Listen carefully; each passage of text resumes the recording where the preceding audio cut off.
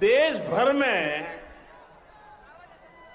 कहीं भी गाड़ी की चोरी हो, वो कटने के लिए, गलत इस्तेमाल के लिए मेरठ के सोतीगंज ही आती थी। मोदी जी को वो राजा आदमी है, विदेश की बात करनी थी और जो है गली मोहल्ले की बात नहीं करनी थी। ये मोदी जी के कार्यकाल के अंदर ये काम सही नहीं हो रहा।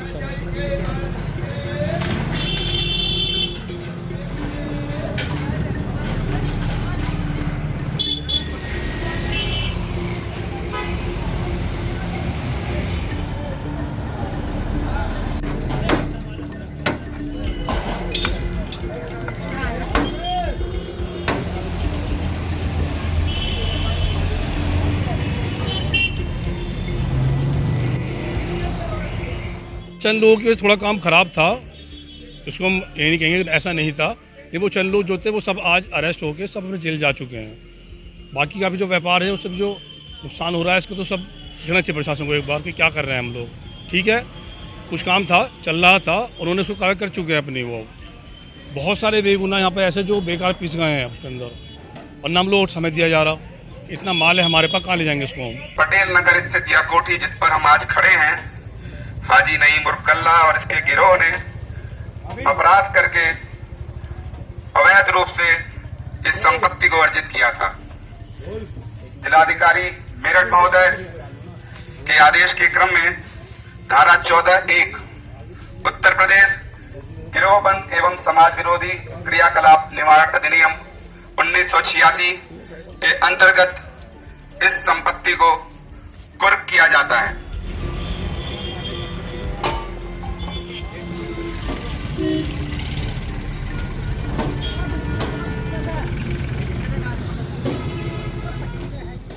भाई यहाँ 60% लोगों पे जीएसटी है, बिल है, परचेस है, सब कुछ है।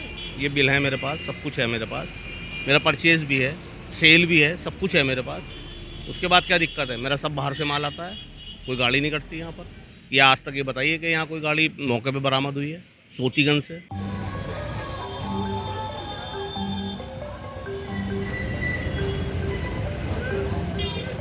भाई साहब, चोरी कहाँ नहीं होती, चोरी हर जगह होती है। क्या चोरी अब नहीं हो रही?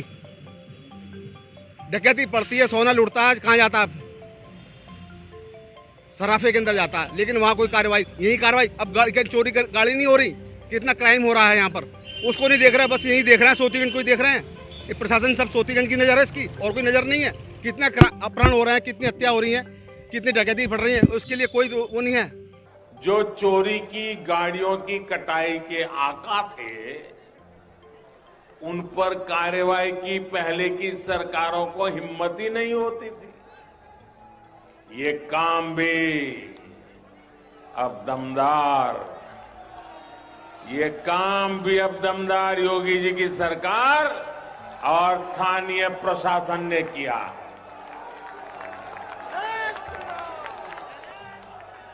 अब सोतीगंज का एक काली बाजारी वाला बाजार बंद कर दिया गया है।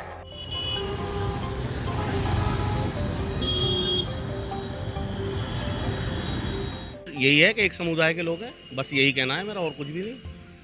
सब मुस्लिम हैं यहाँ, टोटल मुस्लिम। और आप जानते हो क्या राजनीति है बीजेपी की? बस ये हिंदू मुसलमान वाली राजनीति है। और क्या राजनीति है बताइए? क्या किया देश के लिए?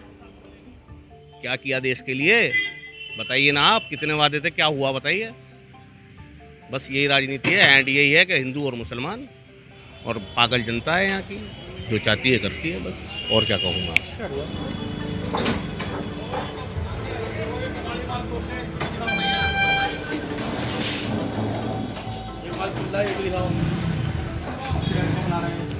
अब दिक्कत ये है, लोग भूखे भाग गए, मजदूर भूखे मर गए। जो यहाँ से 2 पैसे कमाने वाले थे वो यहाँ से चले गए, रो रहे, पीट रहे, हमारे पास आ रहे हैं। ये क्या करें प्रधान जी, अब क्या करें हम प्रधान जी, हम तो भूखे मर गए। उनके घर वाले हमारे पास आ रहे हैं। हमने कहा भाई सब्र करो और इसका हल देखेंगे, अपने प्रशासन से बात करेंगे, अपने अधिकारियों से बात करेंगे, इंशाअल्लाह इसका मसला हल होगा।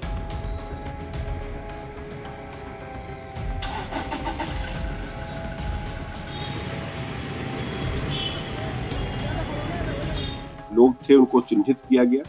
इसमें ऐसे लोगों के यहाँ रेड डाली गई जहाँ पर इनके पास जो कबाड़ी का सामान बिकता है। इसमें कुछ केसेस हमारे चोरी के केसेस से लिंक हुए, कई क्रिमिनल केसेस से इनका लिंकअप इस्टेब्लिश होने के बाद इसमें गैंगस्टर एक्ट के अंतर्गत कार्रवाइयाँ की गई।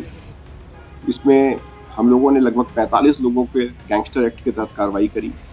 लगभग 50 करोड़ की प्रॉपर्टी की 14(1) के अंतर्गत अटैच करने की प्रक्रिया में है, जो इसमें कार्रवाइयाँ इसमें बहुत पुख्ता तरीके से इसमें की गई।